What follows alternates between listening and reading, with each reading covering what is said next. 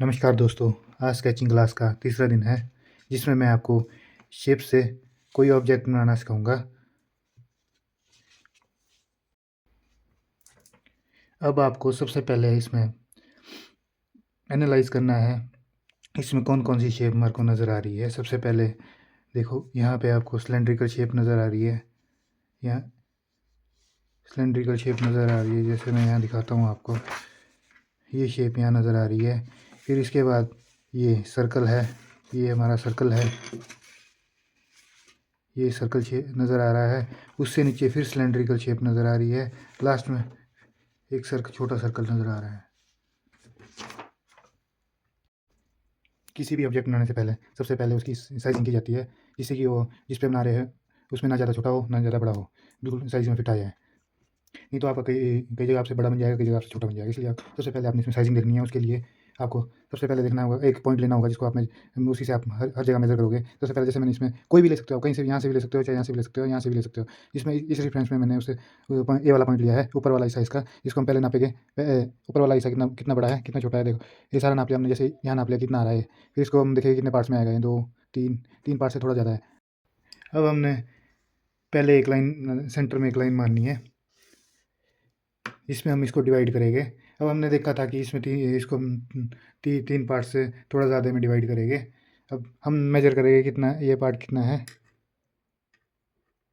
मान लो इतना आ गया, तो मैं इसको यहाँ से इस लाइन में डिवाइड करूँगा। एक, दो, तीन। अब तीन पार्ट से थोड़ा ज़्यादा है, इससे हमने थोड़ा ज़्यादा लेना है, थोड़ा ज़्यादा।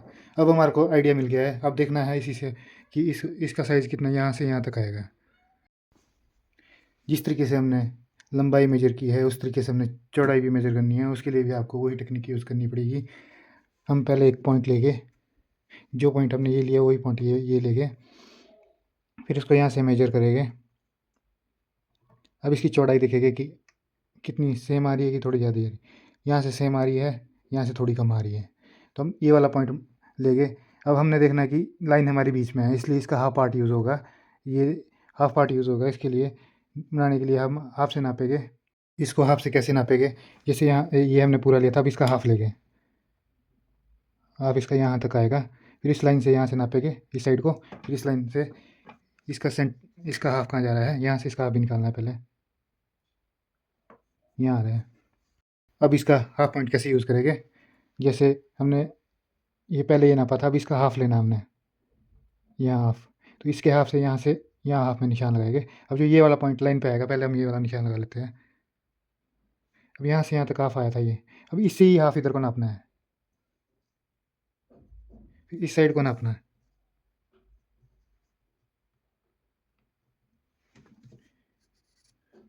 नीचे को भी वही।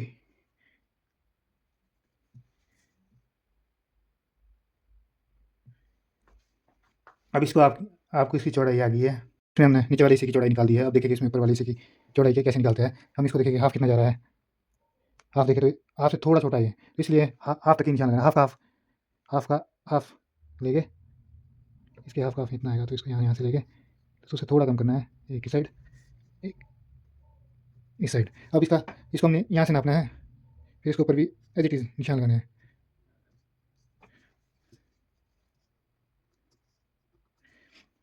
अब देखो, हमारे पास लंबाई चौड़ाई सब कुछ आ गया है। अब हमने क्या करना है, अब इसकी लंबाई चौड़ाई दोनों आ गई है। तो अब इसमें हम शेप्स बनाएंगे।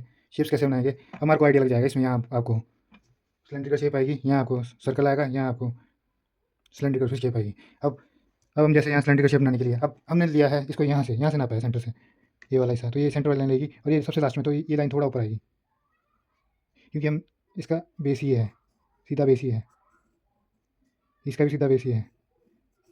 ये तो आपको डेप्थ दिख रही है, ये भी समझिए हम डेप्थ क्या होता है बाद में। पहले हम ऊपर वाला सिलेंड्रिकल शेप बनाएंगे।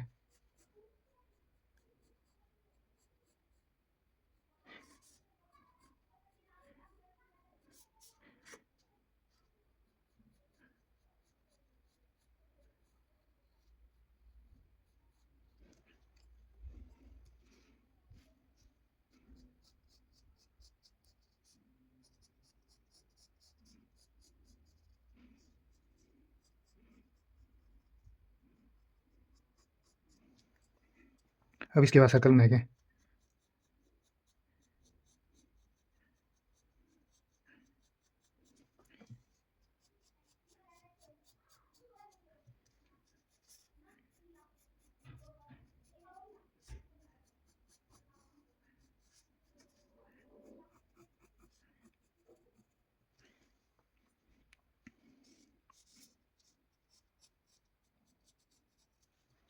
अब इसमें फिर नीचे को हम सिलेंड्रिकल शेप बनाएंगे। अब आप इसमें देख रहे होगे इसमें कि सिर्फ शो हमारे को हाफ सर्कल ही हो रहा है, इसलिए हम इसको मिटा देंगे हाफ में। ये तो मैंने आपको दिखाने के लिए बनाया था। अब यहाँ से यहाँ तक भी सिलेंड्रिकल शेप है। एक चीज़ मैंने आपको बोला था कि ये नीचे वाला हिस्सा थोड़ा छोटा है, इसलिए इसको हम यहाँ से थोड़ा थोड़ा दोनों साइड से छोटा करेंगे, फिर इसको यहाँ से यहाँ तक मिला देंगे। इसके लिए आप स्केल का यूज़ भी कर सकते हैं, इस साइड से भी हम स्केल का यूज़ कर सकते हैं।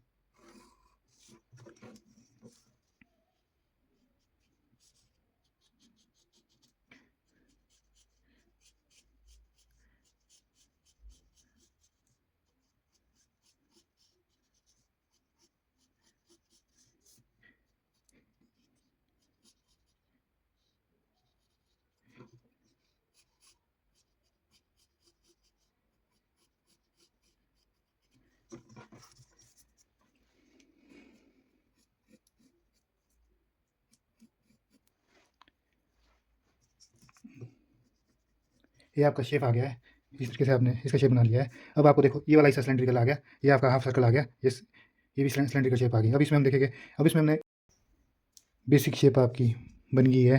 अब इसमें हम आपको फिनिशिंग बताएंगे। जैसे इसमें सबसे पहले हमने देखना है, इसमें ये वाला पोर्शन भी है, वो भी बनाना है। अब यहाँ से थोड़ा चौड़ा है, इसको यहाँ से ध्यान रखना है कि जैसे जितना राउंड ये है उतना ही राउंड ये भी है, इसलिए हमें उतना ही राउंड ये भी करना है। ये थोड़ा यहाँ से चौड़ा है तो इस लाइन से थोड़ा बाहर से इसको भी बनाना है।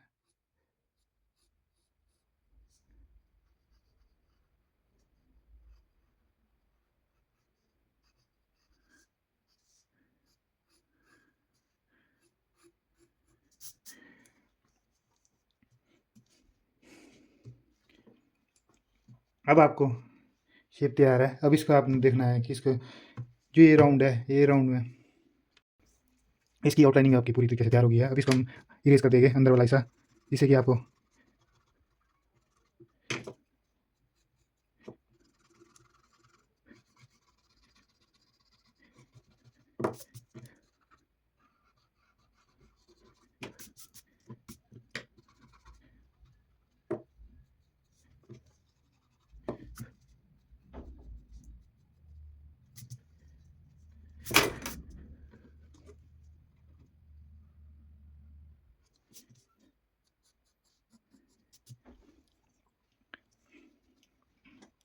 अब आपकी शेप पूरी तैयार है। अब देखो आप, मैंने ये चीज़ इसमें बीच में रहने दी है, ये चीज़ भी रहने दी है, इसलिए रहने दी ताकि हम इसको पता लग पाए कि हमने शेड कैसे करनी है। अब